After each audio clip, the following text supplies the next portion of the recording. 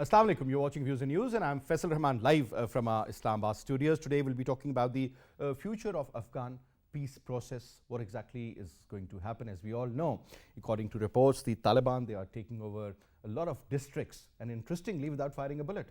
And according to the latest reports, around 50 districts so far have fallen to them. And as we all know, that the pace at which they are acquiring the space out there, I would say that is very surprising to even Pakistan, interestingly.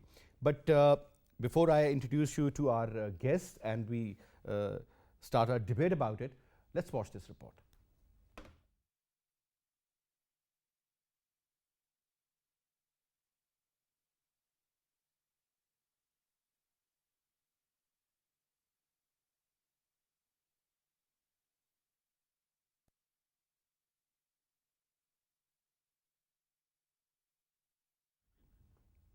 Well,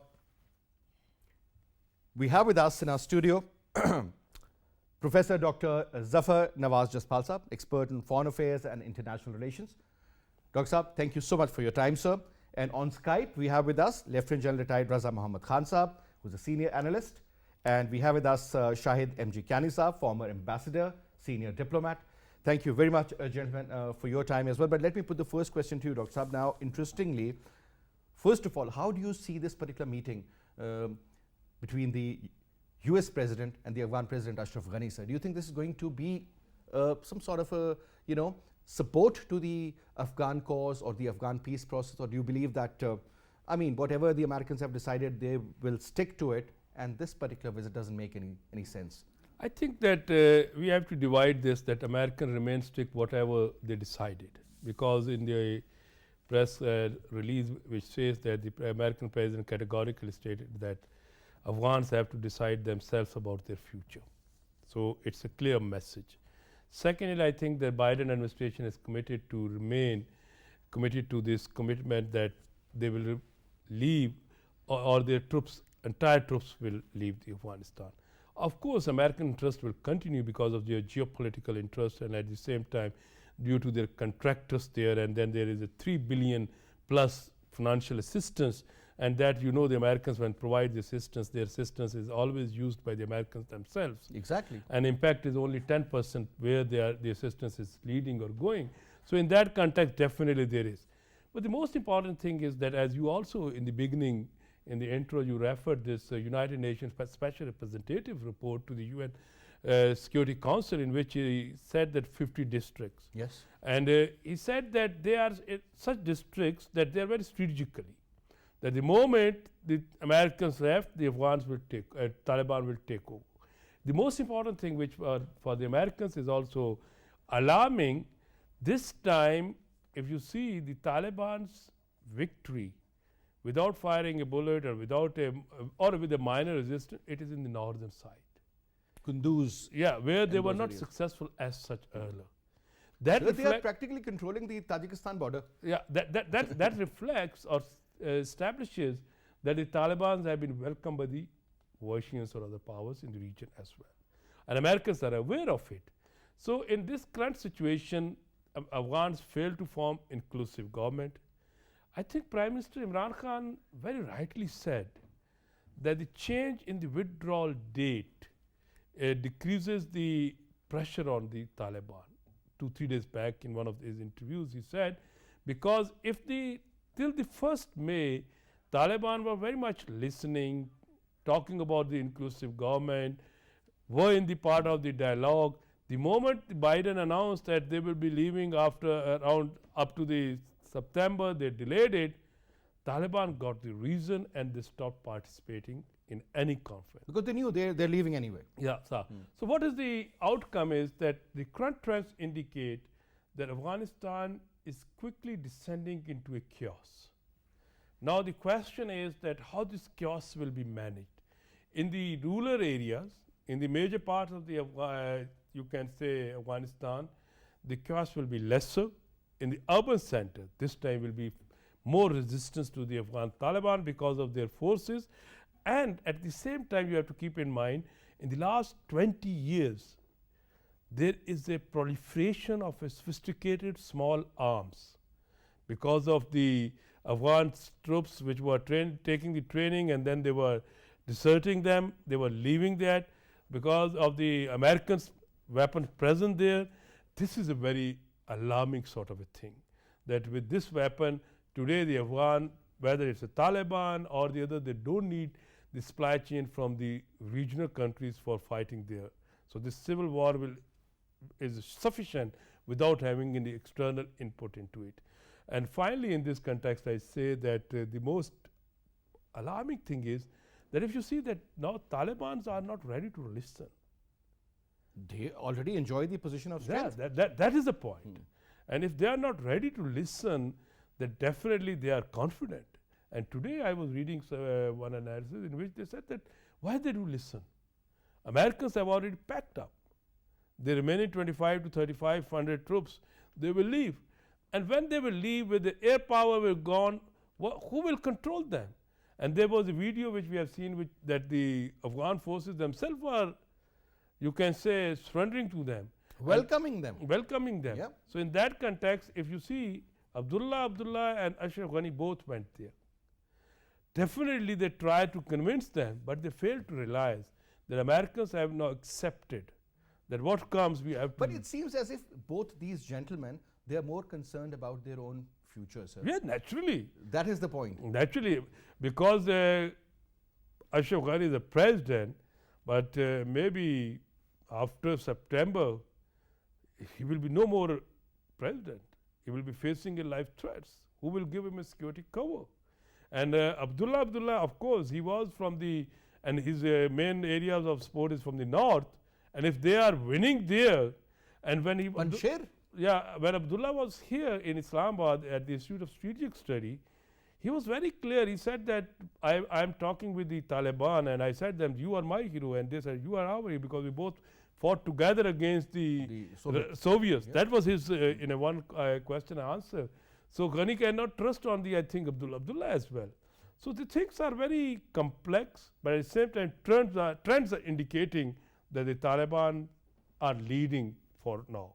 Tomorrow, and the Americans are going out of it by all means. And Americans, if you see, at the same time, the alarming factor for us is that when the Americans will leave, they will not leave without their proxies. Like India. Now that's $1 million question. Yeah, like India, like their own recruited, like these kind. And those proxies will be spoiler in this region. And that is going to be a problem and a half, not only for us, for Iran, for Chinese or Russians. Rather, the whole Central Asia is going to suffer as well. That is the point. Because if the Americans will not leave the proxies, then there will be a peace in Afghanistan after September. But if there are proxies, then there will be. Now, interesting fact is that the Afghan Foreign Ministry has also said that there is no, presence of TTP in Afghanistan. Now, I fail to understand. UN reports are saying TTP presence. Exactly. You know that this Islamic State, Daesh, they have sanctuaries there, and from there they are getting interesting. They are getting the finances from India. Group, Afridi Group, you name it. I mean, they're getting finances from India, and then they are attacking in Pakistan. And if you look at the latest developments, sir, as far as Pakistan is concerned, I think very alarming. The attack on the FC checkpoints, bomb blast in Quetta, then bomb blast in Lahore. I mean, and a lot of indication is towards the Indians. That's they wanted to spoil it, because as I said that these proxies in Afghanistan, they have to demonstrate. They have to demonstrate their financial, that they are still worth. They can deliver. That's why they started targeting the law enforcement agencies rather than the common man. If you see that this Islamic State, when they targeted miners, at that time was that wherever the soft target, they are ready to demonstrate. Yeah. Mm-hmm. But targeting the FC, that is a simple, that we are here, if you pay, if you support us, we are going to check the Pakistani and the most interesting part is that initially, Dr. Saab, all these characters from TTP used to accept the responsibility. And lately we got to know that Daesh is accepting. So it means that there is this presence, and you may call them from whatever name, but the presence is there. And No, when you talk about the proxies, I mean that's again what the huge analysts have reality. been saying. I think that there is no other argument. At the top, there is a division. Maybe this is a Daesh, Al Qaeda, TTP, blah blah. In Pakistan, majority of the groups who are targeting or expecting foreign financing, these groups are very much interested to express their allegiance. Yeah. So earlier they were expressing their allegiance to the what you call it Al Qaeda, not to the Khilafat. Tomorrow maybe somebody else. So there are groups here. I mean that's a very important point, and let me take the same point to General Raza Khan. General Saab, Assalamu Alaikum ji. General Saab, I hope you can hear me, sir. Now, since we're talking about the Afghan Taliban, and we're talking about the latest development where we learned that almost 50 plus districts they have taken over, and they plan to take over more, and the pace at which they are taking over, I mean that is very surprising. No resistance, nothing at all. Now sir, how do you see this fluid situation developing? How important the month of July will be, sir? Your take, General Saab. Okay, Bismillah ar-Rahman ar-Rahim. First of all, I'd like, take you a little back to March 2021 when the Troika Plus issued its 10-point statement, and now Pakistan also endorsed that, and it comprised the US, Russia, China, and Pakistan. In that Troika statement, we have actually said that we do not support the restoration of the Islamic Emirates.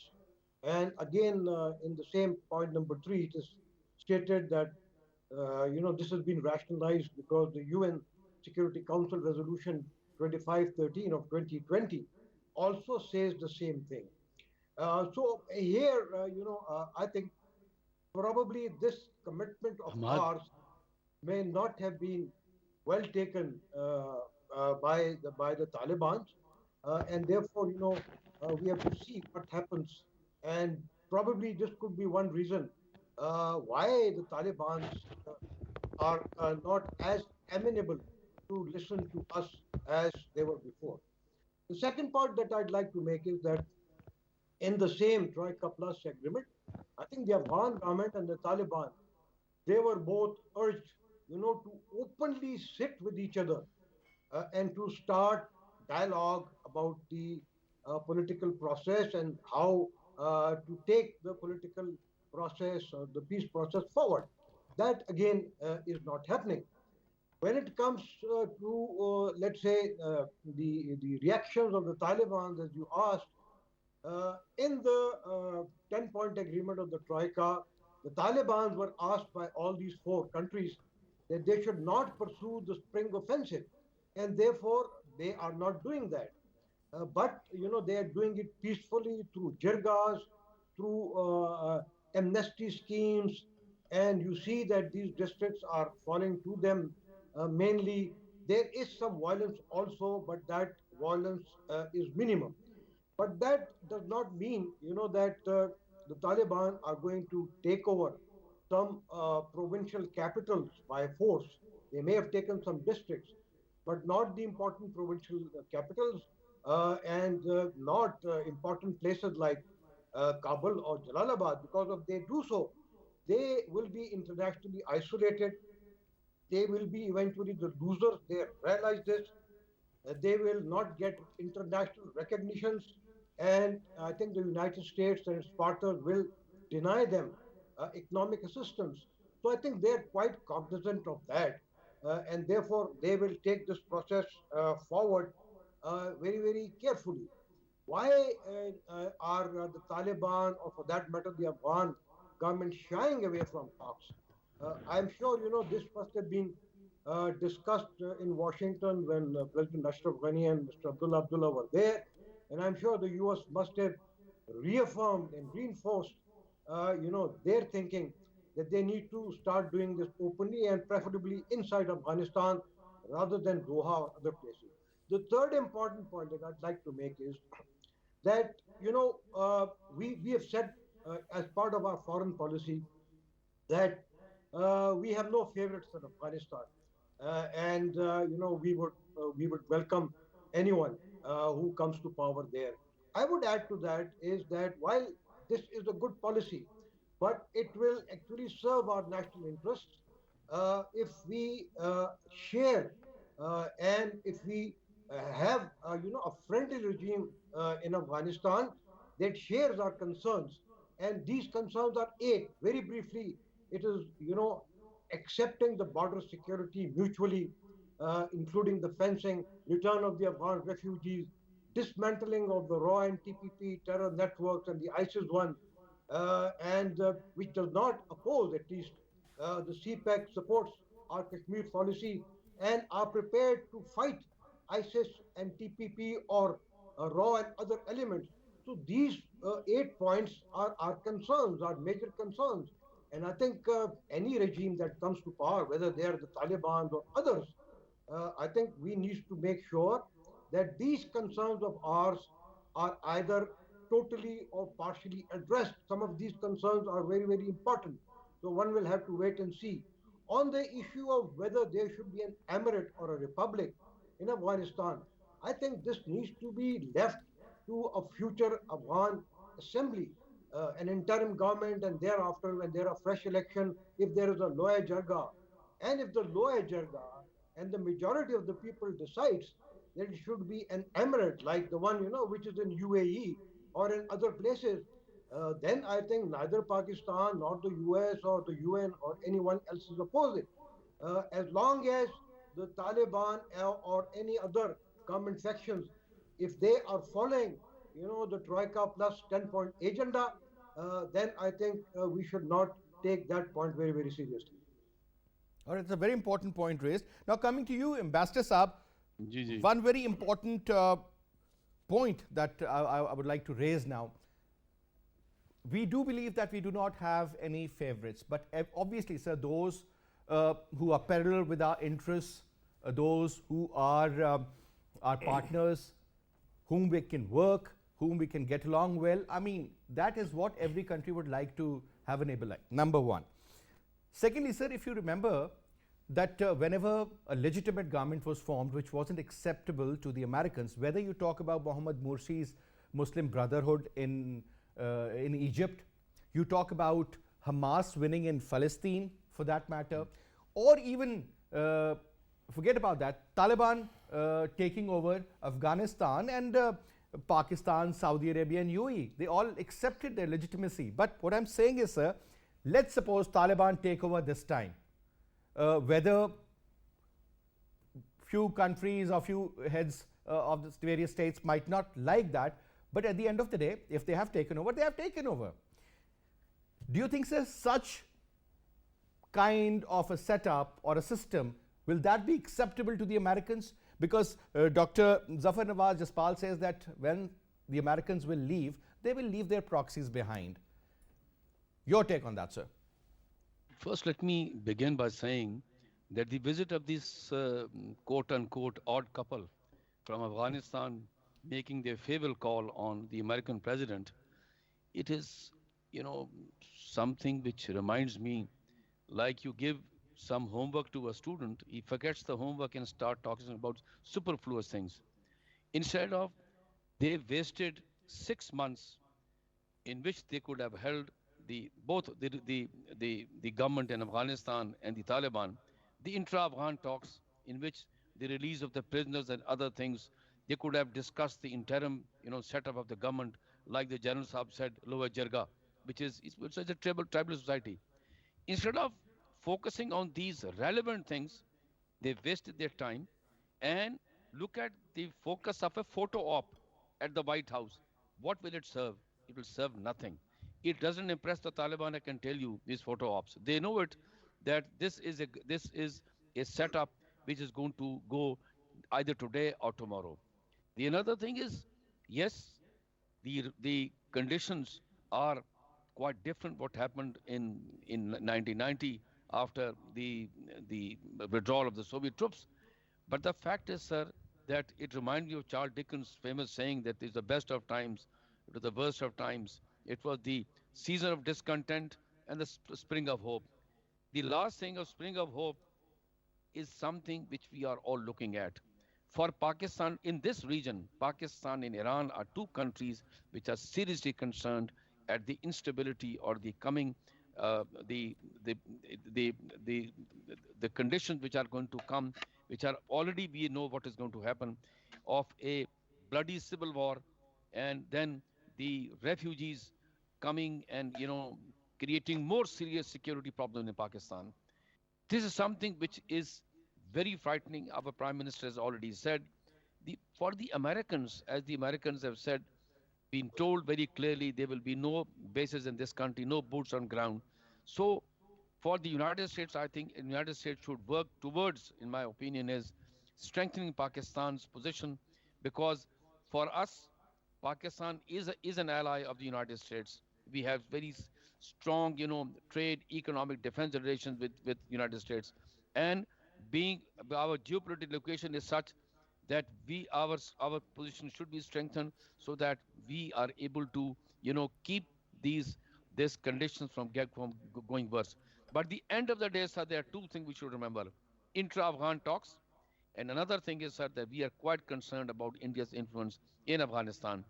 And India is the elephant between Pakistan and India. Whenever we hold talks with India, whenever it takes place, both the countries will have to put Afghanistan on the table and decide that let Afghans lead their country, lead their lives according to the dictates of their conscience and the, the practicalities on ground, and that India should not destabilize Afghanistan and that destabilize Pakistan. This is something which is very important.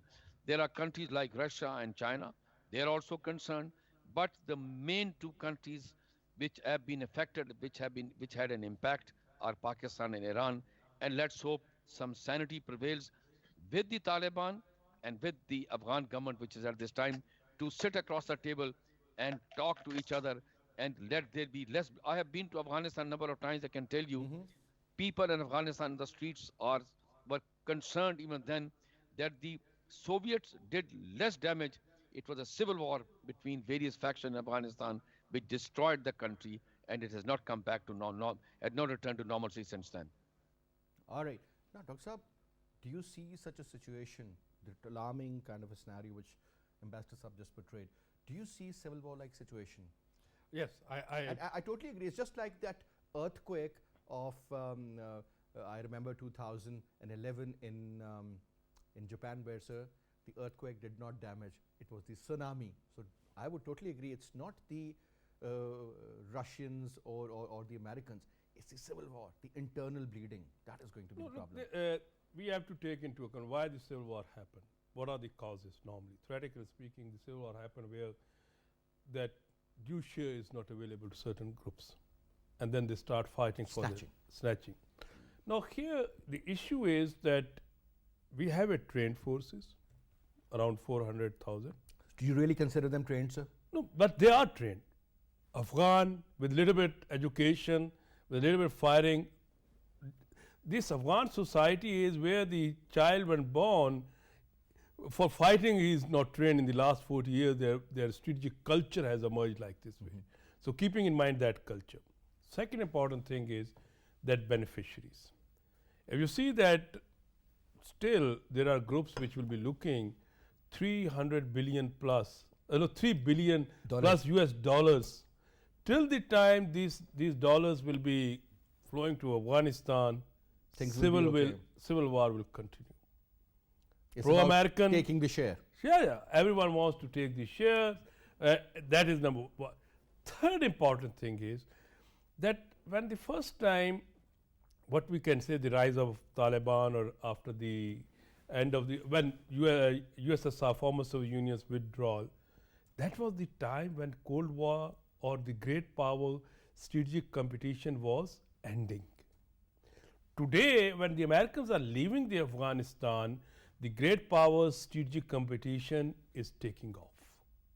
So entirely China, Russia versus the Yeah, Americans. that's Simple entirely equation, different. yes. See the last 2 weeks back, NATO summit, G7 summit, Americans all The military moment Joe Biden took charge, Exactly. Quad's meeting was the first one that was held. Quad in March. So that if you start seeing them, and we have seen that since 1945 in the nuclear age, the great powers avoid direct conflict; they bleed through the proxies. That is the time what the Indians also trying to bleed Pakistan. Why? Because they know that they cannot fight a war or a total war with Pakistan. Let's use these kind of groups. So when these groups are there, ideologically driven, as well as politically driven, as well as economically driven, and in such a situation, if you expect that there will be no such kind of thing, I think it's a wrong Who conclusion. are the adversaries of the Taliban? All these, you can say, pressure groups, Non-state actors? non-state actors, yes, because Taliban do not admit the Khilafat. When we see Because Taliban talk they about have their ideas limited to their borders. yeah, no, Taliban's always think of, you can say, Islamic State, Hanfi school of thought, but Taliban never ever expressed their allegiance to the Khilafat. So that is first point. So Daesh or these kind of the groups, they are uncomfortable. That is the main reason the Russians are comfortable with the Taliban today. Because if the Taliban will be there, my understanding is that they will not permit the Daesh for operate from there, because they have an ideological conflict, and Daesh or these kind of the groups have you can say they go for Al Qaeda or previous Al Qaeda, but now in Dagestan, Chechnya, or in the same is with the Chinese. So if that is the situation, Rigor area. And all yeah, so that is second important thing is that if you see why Indians are in there, why they are investing, why Americans are saying, knowing that Indians are creating trouble there, they are not the solution of the problem. Today, if you read in what the Biden said, President Biden said, Afghans have to search the solution of the Afghanistan. What we were saying, Afghan-led, Afghan-owned peace. It's the same thing. Same thing. But at the same time, if the Afghans have to search, then whom they are going to provide 3 billion? That is a question. If they think that they are going to provide 3 billion to Ghani government, then it means that they are not in part of that Afghans to serve. They have to distribute this money equally. So this money is to hire the militias. Now you can say Ghani government, instead of relying on the Afghan National Security Forces, the reports indicates that they are hiring the militia. And by militia I mean those similar small warlords. With the money you are going to purchase them. Practically Americans are out, you can say, with their flag, with their soldier, with their attire. But their money is providing them option to buy the militias, and these militias they can buy from the you can say transnational terrorist syndicates. These militia could be bought within the Afghanistan. There are many small groups which go after the money. These militia will be formed there But from Dr. the neighborhood. another again a reality. Hamid Karzai, the former president, used to talk about those mystery helicopters bringing in people, dropping weapons. So now that is again a reality. I mean, how these come are the these militias. people from Iraq or Syria ended up here in Afghanistan? They Hamid did not walk all the way via Iran. Obviously, that is another. I mean, these are the militias who are fine, and these are the fighters. You pay them, they'll fight for you. They are there for money. That's and it. they can pay the same money to. In Pakistan, there are many groups which are available for this kind of fight. These groups are ready to conduct the terrorist activities within their own country. If you pay them, they are ready to fight there as well. So these militias are there, and that everyone is writing that the Ghani government have now started contacting the militias rather than relying on the Afghan National Security Forces. And if you start contacting the militias, then what we can say? There's anarchy, complete anarchy. And in anarchy, everyone is fighting against other. It's a state of nature. So you are basically saying that you foresee a hardcore civil war-like situation in Afghanistan in the future. Yes. And that is going to be the problem and a half for us. Yes. So That for is us, the problem. Until the time American money will continue flowing there. So The there has moment to be money some will be sort of an stopped- alternative, sir. Yeah, the moment money will be stopped, the Kabul government will be not in a position to pay to the militias. Militias will be not available. Then there will be some kind of a different kind of a situation. Now that is pretty And who alarming. provide money? Americans, Indians, maybe others. Maybe others, but depending again, I mean, what suits us. Now, General Saab, over to you, sir, for this comment that it seems that civil war-like situation is pretty inevitable out there. Your take, sir. And what sort of a threat is that to Pakistan? The worst case scenario, and I hope it does not happen. And I think probably the United Nations can play a major role in that as neutral arbiters. And I've always been saying on these programs of yours that if the vacuum is being filled by terrorists and others, probably their peacekeeping forces should come in and prevent that from happening. So I think that needs to be done. So, if there is a situation like that, sir, that is going to be a huge threat to Pakistan. And are we prepared for that kind of a problem, sir? I think we, by fencing and other measures that I talked earlier, we can do that, but I think we are not fully prepared for that as yet. Now, so the recent wave of terrorism, these attacks on the FC personnel or on police, or let's say even the civilian areas in Lahore, I mean, these were very much in control. Now, so we end up hearing that this is what is happening in Quetta, FC came under attack, or something of that sort, sir. This is again, I think I would say we are getting back to the same problem for which we fought really hard, our military really sacrificed, and at the end of the day, we won peace. We won that kind of, I mean, it was a great achievement, I would say, sir.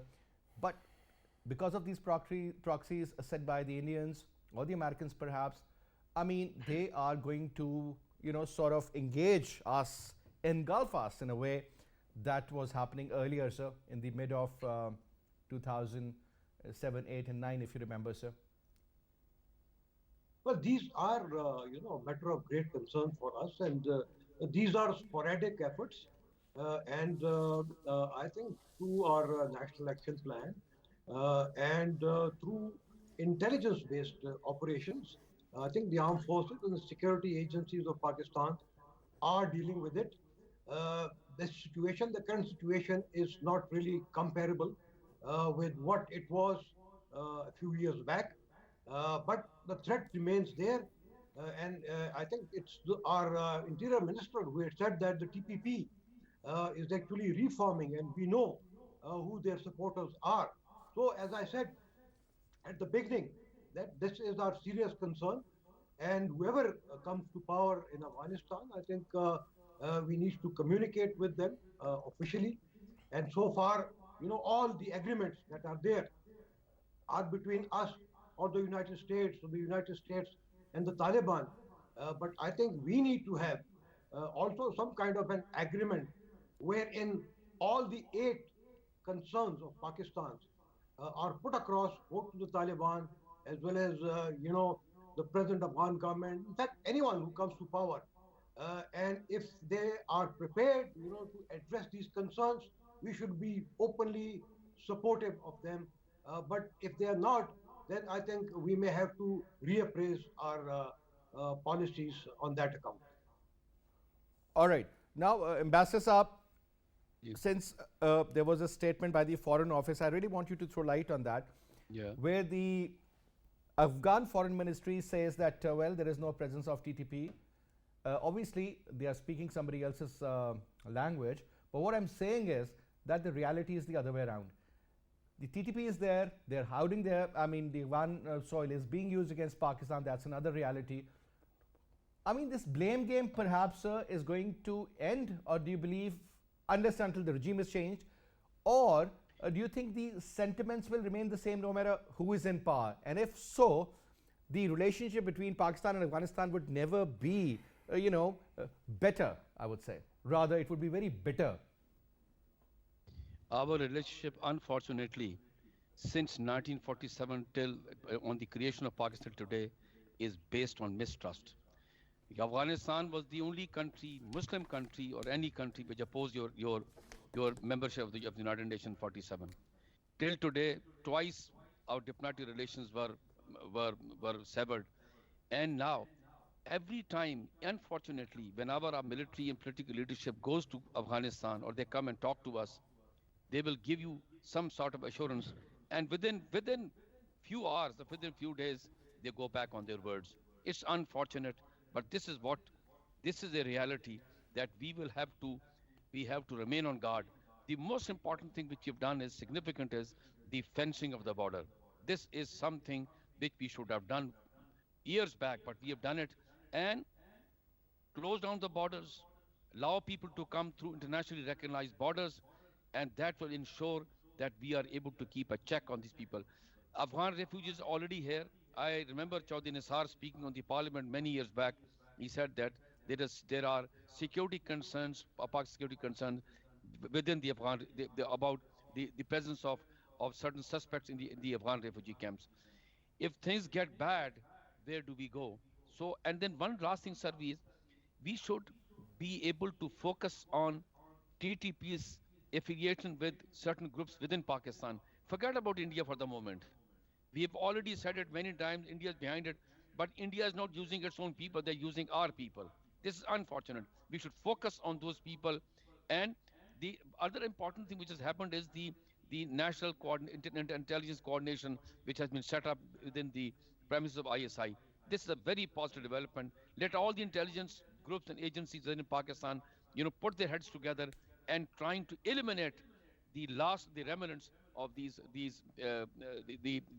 extremist elements within groups which are in Pakistan, which are, you know, which are endangering the lives of the innocent people in Pakistan, which has happened in Lahore, which you saw a few days back. Let's hope sanity prevails. First, as I said to you, within the Afghan government and the Taliban, so that peace returns to Afghanistan and also peace returns to Pakistan.